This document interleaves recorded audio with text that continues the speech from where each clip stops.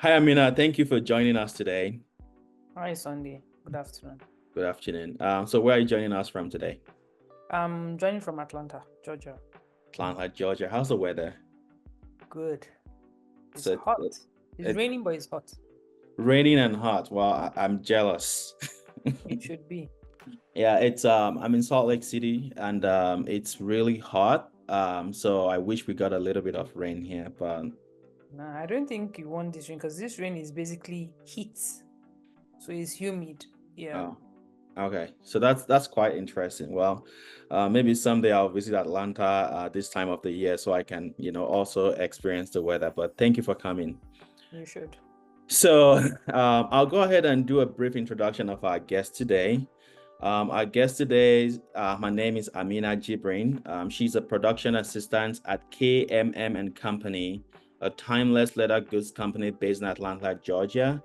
She has a master's in luxury and brand management from Savannah College of Art and Design, SCAD, in Atlanta, Georgia. And before coming to the United States, Amina worked at the Federal Airport Authority of Nigeria, known as FAAN. She was a corporate affairs officer. And when Amina is not working or, not doing, design stuff, she is a professional model and enjoys traveling and also trying new cuisines. So there you have it. Thank you very much for joining us today, Amina. Thank you for having me. So, such an amazing background. And is there anything else you'd like to add to the background, so to kind of like help people learn more about you? I think that's it basically. So a model, love traveling, and also okay, I'm a PR consultant on the side. That's amazing. Yeah. So, it goes with everything. Yeah. So super excited to have you here. So thank you very much for coming. Thank you. So today we'll be, just chatting about, your experience with the whole study abroad in the US process, how you were able to, reach the decision, kind of like some of those steps you took Yeah. and, adjusting to life in the US. And if you have any advice for current or future, prospective international students and, how to help them navigate life and the process. So super excited to have you. So to begin, just like why SCAD? You went to school in Nigeria. Oh, actually, no, not in Nigeria. You went to school. Okay, I just would take a step back, right? So you got your undergrad in the United Kingdom, right? Yes. So can you tell us a little bit about that process? So why SCAD? When I was going for my undergrad, I actually applied to SCAD but never got a response from them.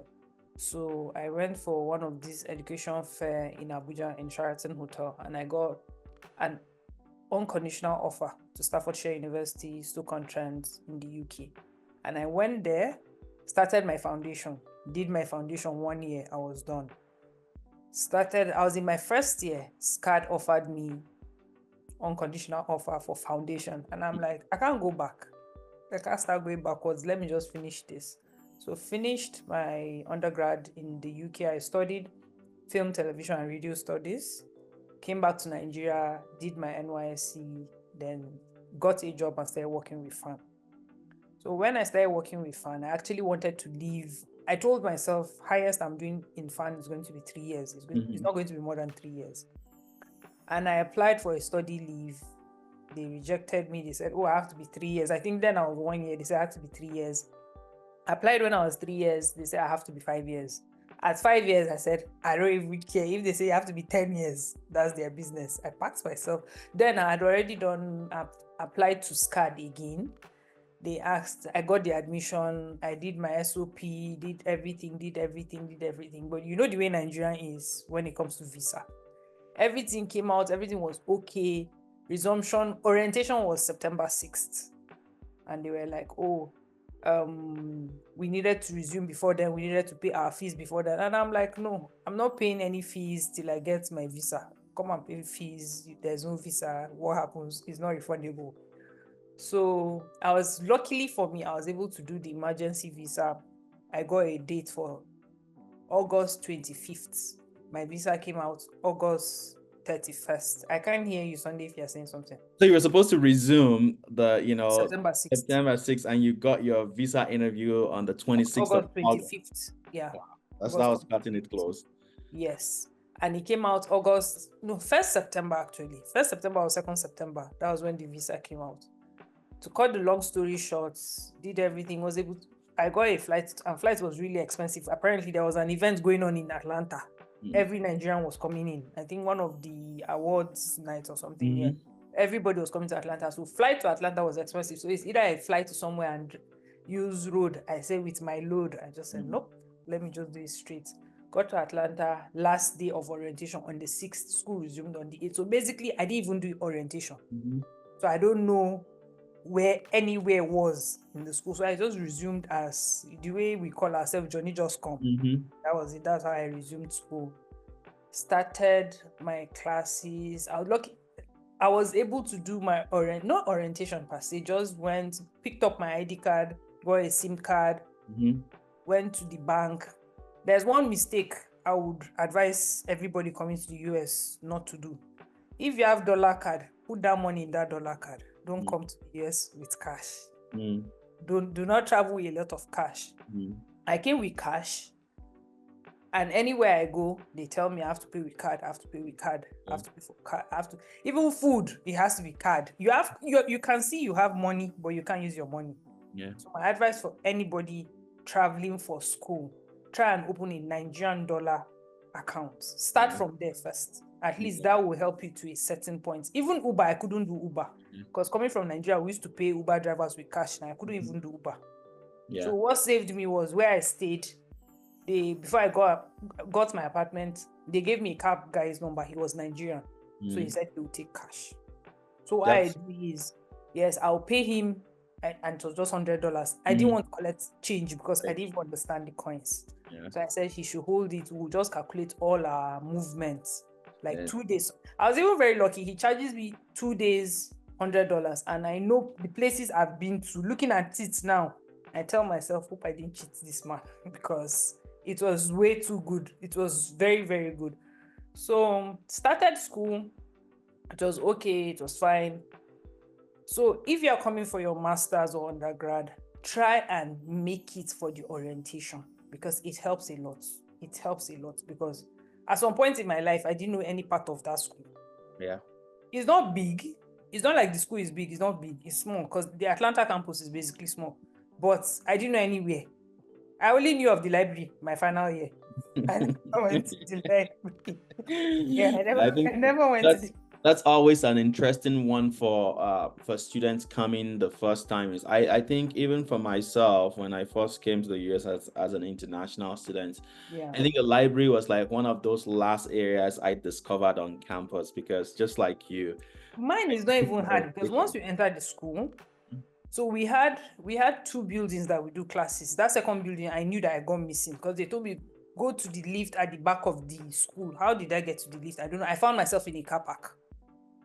So that's part of the orientation I didn't take note of. Even though before I got admission, I came to Atlanta and went for the SCAT tour and everything. But I'm not going to keep a tour in my head how many years ago So basically just try and attend the orientation because that's very, very important. The school is small, but I was not the only person because there are times that I tell my friend, oh, come, let's go to this place, let's buy something. She's like, it exists? I said, yes, it does. I don't know. I'm like, wow. So for me not to know library, I think I'm good. I'm better than some people. Cool. Thanks for sharing that experience. So, coming from the UK with your undergrad, because you've always wanted to come to SCAD, but since they did not get back to you on time, you went to do your undergrad in the UK, came to the US to SCAD. Cutting it close there, right? And I hope someday, people can learn from your experience in regards like, just making sure you plan, right? And when you're coming, and we'll touch a little bit more on that, right? In terms of, when you're coming, not having access to like a card, to make payments, etc. Because that's a problem that we've identified that a lot of international students actually face, right? Is They arrive, they are not able to buy groceries, they're not You able can't to. even leave the airport if you miss the shuttle bus, because I missed the shuttle bus. So, If you miss the shuttle bus, you can't get an Uber. So you have so to start yeah, calling people to help you book to Uber and help you all out. that. So we'll touch on that here in a little bit. So, amazing. So you arrived in the US, from a different. So here you have an interesting context, right? So Yeah. you grew up in Nigeria, Mm-hmm. and then you went to the UK for your undergrad. Then you came back to Nigeria, and then you came to the US for school. Like, how does the educational experience contrast among these three different countries, right? So, how does it differ from, how does the education you've received in Nigeria and the one you received in the UK and the one you received in the US, how does that differ? And then how does the culture kind of like differs, right? So those are kind of like a two-part questions. Yeah. So funny enough, before I got admission in the UK, all my friends had gotten admission in Nigeria. So, and I was bored. So most times I used to go and visit them and they used to take me for their lectures. Honestly, I've gone for lectures. I was sitting in front facing the lecturer, but I couldn't hear anything because there were like 300 people in a class. And the man is trying to talk on top of his voice. People are making noise, people are gisting, people are doing all sorts of things. I didn't hear. When we came out, I asked my friend, how do you guys end up reading, taking? She was even taking notes. I was like, how did you? She said, there's nothing she can do. So from there, went to the UK. The UK, I think we're like 25, 30 in a class. That was my first year because I think as we're going second year, third year, it was reducing. But first year is usually a lot when everybody will come. Then after the first semester, you will not see anybody again. They will tell you, oh, they can't handle it. It's too hard. Is this, is that. So the culture for me was a bit hard because where I went to school, they were racist. This city was not easy. It was not very easy. But luckily for me, I met someone who was Nigerian and we became friends. We became sisters basically. Mm-hmm. Yeah. So her family took me in Nigeria. My family took her in. Her family took me in London. My family took her in Nigeria because her family is based in London. So weekends we go to London. Holidays we come back together. We're at home in Nigeria and all that. So it's way easy. I joined the basketball team, made friends, so it was very easy. Then coming here was a different ball game entirely. In my class, I think I was the only Nigerian. Yes, I'm the only Nigerian here. Indians, Chinese, most. So you have to find your bearing somewhere. You have to look for a way to be friends with people. The person that really helped me was my advisor. So she keeps telling me, oh, there's this Nigerian student, you should meet this person. There's this Nigerian student, you should meet this person. So that was what helped me. She knew almost all the Nigerian, but because me, I'm the type of person that likes to keep to myself. Yeah. But funny enough, I made great friends. The Indians, we became friends. So when they give you assignments, you do group work. That's where your friendship starts. Mm-hmm. So that's where. So culture-wise, I don't know if America is just there for me. I don't really go anywhere and all that. So, but in the UK, and looking at it again, transportation in the UK is way easier than in the US. Maybe I'll say Atlanta because I Yeah. know for New York they have subways and all that. But for Atlanta, we have MATA, but it doesn't go everywhere. But in the Okay. UK, I can leave my house in the morning, come back at night. It's train I'm using. I don't enter Uber. Train and bus is easy, but here is not very very easy when it comes to transportation. Interesting. So I like how you've been able to, contrast all of these countries, right? Like kind of like the experiences, Yeah. how challenging it's been, was adjusting in the UK, even how challenging it was adjusting in the US. Yeah. But one thing a couple things I hear you say was like, one of the things that helped you with the adjustment in the UK was you made friends, right? You joined clubs, you played basketball. I did not know you played basketball. Yeah, I you do. played basketball. I do That's basketball and volleyball. I'll challenge you to a match someday. So, I'm so waiting. so joining, Clubs. those clubs, and I like that you also mentioned that coming to the US, it was a little bit kind of like figuring out where you have to, but you used your advisor, right? You had an Yeah. advisor that tells you, hey, this is happening. Meet these people, meet that Yeah. person. So I believe, every international student could benefit from, joining clubs, Yeah. participating in activities, and, using the advisor basically to get information about what's happening on campus, Yeah. etc. And there was something SCAD did before we came. They created a group where you could put in your Instagram user handle and your country. So before we came, somebody sent me a message. She was like, "Oh, I see you're Nigerian." I said, Hmm. "Yes." Said, "Oh, she's also coming to SCAD. She's Nigerian. She's based in Lagos. Have I been able to find a date for visa Hmm. interview?" And I was like, "No, I have an agent that is helping and all that." So she was like, "She has done everything, but me, I'd not even gotten to the point of visa date. I was still struggling with proof of finance Hmm. then." So I said I can give her his number. He might charge her and all that. She now spoke to him. She now told him that she really appreciates if she will have the same date and time as me because she has never traveled. This is her first time. She has never been anywhere. She has not done anything. She doesn't know anything. So please, if you can put her the same day as mine.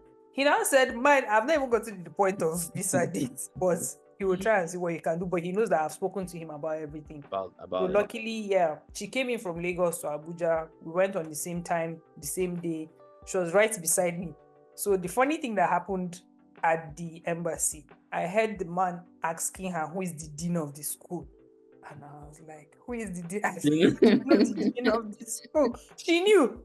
She knew the dean. She knew who the dean was, who was the dean of our department. She knew. Mhm. I didn't know all those things. Interesting. So And you, what saved me, he didn't ask me that. He just said, "What am I going to do?" I said, "What course?" And I said, "Luxury." Then it was luxury and fashion management. They changed it to brand management after some months. Say luxury and fashion management. "Oh, am I into fashion?" I said, "Yes, I'm a model and all that." I said, "Oh, that's nice. Congratulations." And that was it. interesting. So contrasting to other people's experience, Mm-hmm. so use the resources, the schools usually would provide Yeah. resources like, Yeah. Instagram handle or Yeah. So Facebook they used to group. do like they do Zoom calls. I So could office not join because hours. Nigerian time. I did Yeah. not know what time it was, whether it was later time. So I have never joined. When she said she got my number, she got my handle Yeah. from that thing. I now remember, yes, I dropped because they will ask you for your Instagram. You fill a form, Instagram handle, your course, and where you're from. So they are able to connect you with Yeah, other so most people students. connected with themselves before they came in. That's good. So use the resources available to you. So I think that's a very important one and helpful one. So Yeah. thank you. So you've mentioned about how challenging it was, at least for the very first semester. Mm-hmm. Like, did you ever thought about, what, this is too much. I want to go back home, or, I'm just done here, right? Like, the, did you ever had any of such experiences? I did in my last year, my final year. Interesting. The So not last not even your first semester, but the last. the Okay. last year, the final quarter. So the mistake I made was most people were doing their final project just on its own. But Mhm. I had another class, and the other class I had was heavy. Mm. So I had my final project and I had another Cost load. heavy class. So that was where it was.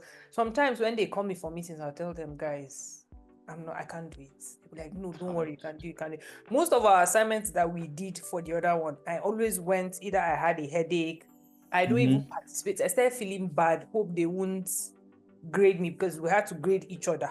I started feeling bad, hope these people don't grade me down, hope they don't grade me down. They're like, "Don't worry, don't worry, don't worry. I know that you have it." Sometimes the library I never found. When I found the library, I started staying in the library to 12 a.m., 1 a.m. Wow. I felt sick. I now felt sick again. I've never had that kind of flu in my life. Like, I lost my voice. Sometimes I That's come to class, my professor will be like, "Okay, just sit for 5 minutes, 15 minutes, let me take the attendance, then you can go." And it was winter, so it was cold. Mhm. If I come to class, you see me, I've rubbed aboniki all over my body. She'll be like, "Don't even sit here, just go out, sit there because Yeah. you're going to kill everybody. What is going on in your body?" So after 15 minutes, she'll say, "Just go home." Had a terrible headache. So that last quarter, honestly, me as a person, I almost gave up. Wow. So all my friends that I met, when I called them as early as 8 a.m. guys, I can't do it. Guys, I can't do it. I'd be like, no, just don't worry, be fine, fine. Funny enough, I finished winter. The next quarter was their quarter. They were the ones that were calling me. Mm-hmm. And I'm like, I thought you guys had it. How comes everybody's struggling? So I think when you register for the masters and you know that's the course you want to do, you have to put your mind into it that yes, you will do it and you'll be able to do it. Interesting. So that was kind of like just having that mindset that you want to finish this regardless of how hard it was one of those things that helped you scale through. And looking at when you sit down and look at Nigeria at that point, I've reached the last level. Am I going to go back to Nigeria to be standing under the school? Because the work I was doing already I didn't see myself going back to it because I told myself if I'm done with this school, even if I'm going back to Nigeria, not to that work, I'd rather go back and start business. Yeah. So just basically, being realistic, right? And telling yourself this is it. I want to get this done and then I want to be done with this. That's pretty cool. And so you look at spending a lot. I came in when dollar was 600. I'm graduating when dollar is 1.5. that's a different story, on its own. So if you had not come to, SCAD to study abroad, what do you think you'd be doing right now? I'm in Nigeria working for fun. I think hopefully maybe or something else. Okay. So since you came to the US, right, as an international student, now you are working, a big girl, so what are some of those things that you really, those advice that you would give to, international students that are kind of like trying to navigate the whole process of coming to abroad, right? So, like, how do you save money? How do you budget? How do you, how do you survive? Like, what are some of those advice you have for prospective or current international students that are kind of like in this process of coming or already here, really? Okay, first thing first, cut your coat according to your material. It's not your size. Yeah. Because you add weight. It's not your size. You have 1 yard. Use that 1 yard and sew a coat and sew a skirt. That's the first thing first. So when it comes to savings, I don't know how to save, but I've learned how to do that. And I don't know. Getting a credit card can help, and at the same time, you need to learn to pay on time to avoid any charges, avoid any problem. And try not to live that fake life. Yeah. The way you came from Nigeria, continue being the way you are. You don't have to buy things you don't need. Actually, don't buy things you don't need. Try and get jobs. You could do remote jobs. Thank God it's not like Nigeria. There are a lot of online jobs you can do. A lot of people are using their phones. They have become influencers. Everybody's now an influencer. That phone can get you that money. Yeah.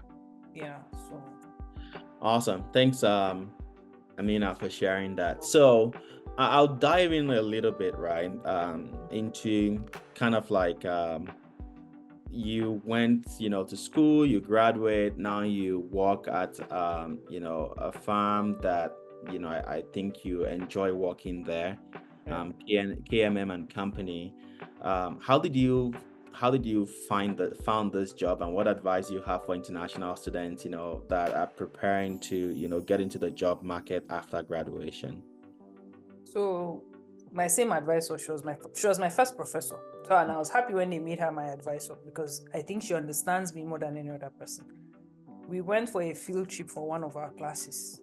And when we got there, because before I left Nigeria, I used to make handbags, leather handbags and all that. Immediately we came in, first thing I told her is, please, what's the process to get a job here? And she was like, oh, she'll speak with them and then she'll let me know.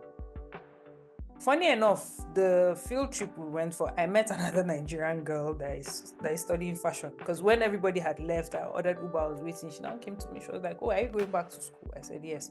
What's my name? I said, Amina. She now told me her name. She was like, oh, she's Nigerian. I should cancel my Uber. She will drop me. So we left. This was 2022. Okay. And 2023, during summer, I was trying to look for an internship. So I now spoke to my supervisor again. my advisor, and she said, "Oh, why don't you do the internship at that company you spoke about?" And she sent him email, and he was like, "Okay, come for an interview." Came for the interview, and he wanted to show me around again. I was like, "Oh, I've been here before. Like, we came for a field trip and all that." He was like, "Oh, nice." He now asked me, and the funny thing is, they are very nice. If I wanted to start summer, and I said, "Oh, I was going to Nigeria," he was like, "Oh, I understand." When an international student, he's married to someone who is from South Korea, so he's like, "Oh yeah, I understand. Most times you want to go home and all that." So I started September. So my internship was 3 months, September to December.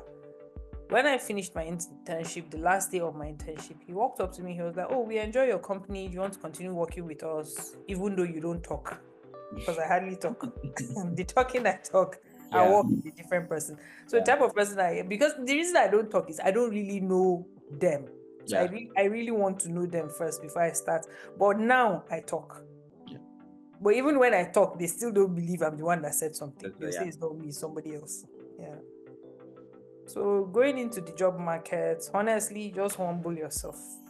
As an international student, humble yourself. Don't graduate from school and trying to look for like a big rank work. Look for somewhere that is good, that you don't have issues, you have peace of mind, they sponsor your visa, you are good. That's basically what you are looking for as an international student. You're looking for the sponsorship of the visa more than the comfort, more than if you're going to go and get a job of manager and they're not going to sponsor your visa. I don't know how you want to do that. So I like kind of like what you mentioned, right? Is just going back to tapping into your network, right? And your resource. Like, so network, go to events, right? Go to events, like identify, like for you wanted to go into bag manufacturing, fashion, etc. So you attended this event, and then I think one thing people don't take very good advantage of is their network, right? You had a network, your professor, which was your advisor, and they linked you into this, right?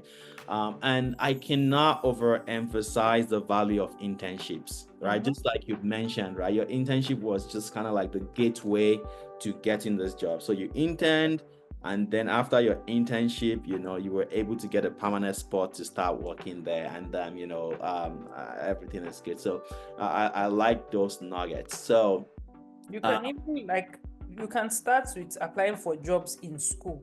They have jobs in most schools have jobs in school. Start from there. Start applying for jobs in school. Volunteer for them. They do events, because I volunteered for my school a lot of times.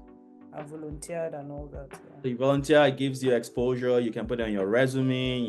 People know you. You put yourself out there, and then so that it's not when you you are close to graduation, right? Not looking for a job. And that's not looking for a job. Yeah, I like that, and I think a lot of the things that international students don't necessarily understand is that sometimes international students, when they live on campus, they live on campus housing, and when it's time for them to graduate and go into like the proper life, right, they start struggling with like finding a place, and all of the application process.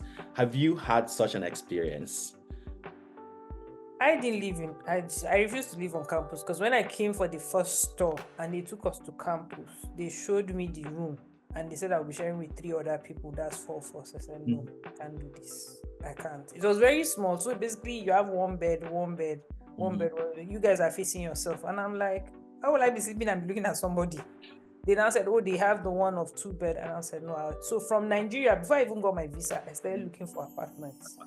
So when I got this one is just right next to school. It's like 1 minute walk to school for me. So I did a video call with them. They showed me the place and all that. Yeah. So after graduation, my lease was almost going up, and I said, okay, let me look for somewhere else. That's where the real problem begins, because most places now they don't see you as a student anymore. Okay. They see you as somebody that is working. You need to earn 3 times the rent. You need to earn 4 times the rent, or you need to get someone that earns 5 times the rent, because that was what they told me. 5 times the rent. Yeah. And they won't collect if you're sending them statement of Nigerian dollar card. No, it has to be in your own account. So you're working now, you have a job, bring your offer letter. They will calculate what your salary is. Is it going to be times 3 the rent? So there's no way I didn't go to. There's no trekking I did not trek in this America. There's no Uber I did not enter. At some point, I just told myself, okay, because I was looking for somewhere cheaper than where I was living, because where I was living was quite expensive because of the school. I said, you know what? Let me just take my fate. I went into my leasing office. I greeted the assistant manager, and he was now introducing me to the manager. Luckily, she was Nigerian. So she was like, "Are you Nigerian?" I said, "Yes." She said, "Oh, she's from Benin." I said, "Oh, I'm from the north and everything." So I told her what was going on. Honestly, I can't do the rent. The rent is too expensive for me. And she now said, "Okay, this is what we're going to do for you. We'll get," because I was like, if I can get somewhere smaller than where I was staying, somewhere smaller is going to be better for me. In my head, it's going to be cheaper. Yeah. And she now said, "Okay, but I have to pay a certain amount of move fee." Moving. And I said, "Okay, I'll get back to you." I went back home. I calculated. I said, if I get an apartment outside here, if I'm going to pay for moving, I'll pay more than what these guys are asking me for. Yeah. And this moving is within my apartment. It's from upstairs to downstairs, so I can do it myself. Yeah. And they gave me 4 days. They gave me the key on Wednesday to return the key on Monday, which is even more than 4 days. Return the upstairs key on Monday. So yeah, I did my packing myself, moved in. When I moved in, I was like, this place is not smaller than the other previous place. It space. was way bigger, way nicer. It was just renovated. Everything, the fridge, the cooker, everything was new. Yeah.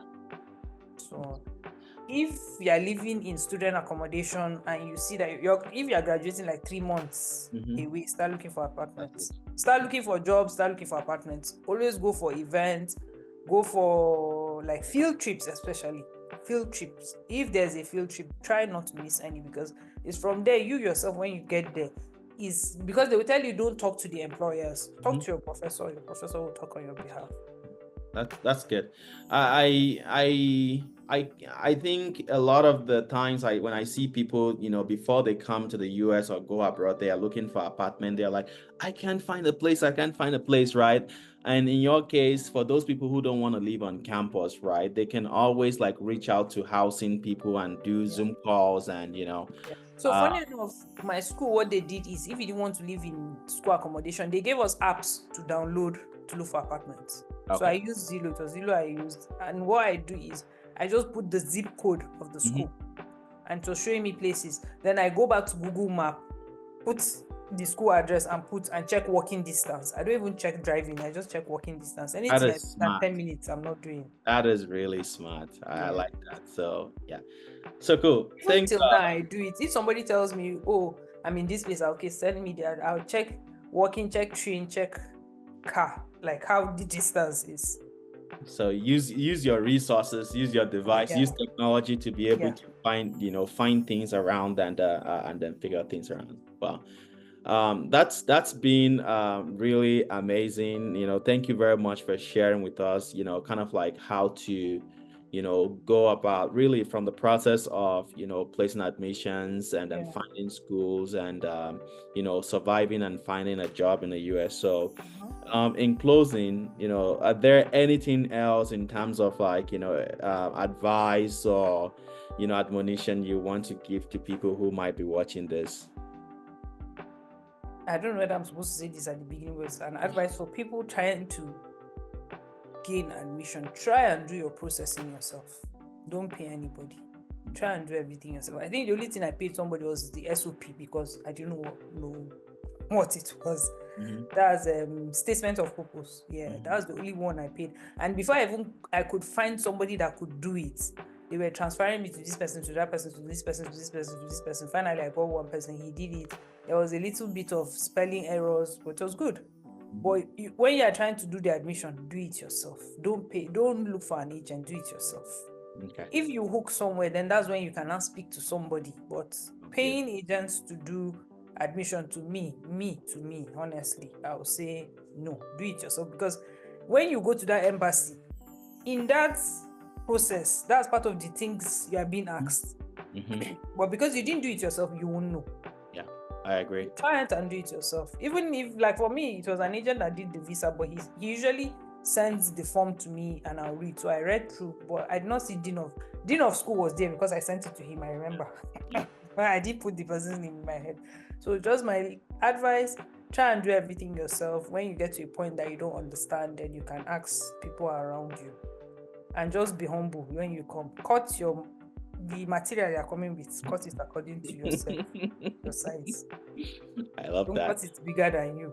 I love that. And I think I have a little bit around that, right? Because when I came to the US as an international student, right, a lot of international students were buying cars, and it was kind of like the cool thing, right? Like people come, I mean, now back home, you have to save up to buy a car, but then you come to America where you can take out a $50,000 loan to buy a Mercedes, and people were doing, and then they realize that the monthly payment is due, the insurance is Can't due, pay because you're not working. they're not working, and and of course, like some of us were getting money from back home, but then when the exchange rate started going up, then you realize that the money that they were sending you before that was $1,000, $2,000 monthly, now it's like $400, $500. So yeah, so your purchasing power dropped, so I think I like that advice of just from living alone to trying to find who they can share an apartment with. So that that's another one too. Like people go rent like big apartments, or rent big houses, yeah, that's a good one too. Yeah. So just live within your means, cut your clothes according to your material, not according to your size, because your material. that. And then try as much as possible to do everything for yourself throughout the process, and ask questions, email, phone calls, use the resources at your disposal. Yeah, and don't miss the orientation your school is providing. Don't miss orientation. Somewhere you get missing. Yeah. Thank you very much. I mean, really nice chatting with you today. And, if our listeners want to reach out to you, maybe for a question, what platforms can they reach you on? Instagram. Okay. And what's your Instagram handle? It's Mina J MENAJAY. Awesome. So if you want to, we'll also add that. So in case you have questions about SCAD, or you have questions about Atlanta, or questions about, studying abroad in the US in general, you want to talk to Mina, we'll link that so that you can, reach out to her and chat with her. Once again, thank you very much for coming, and enjoy the rest of the day in rainy, humid Atlanta. Thank you. I really appreciate it. Thank you. Take care for now.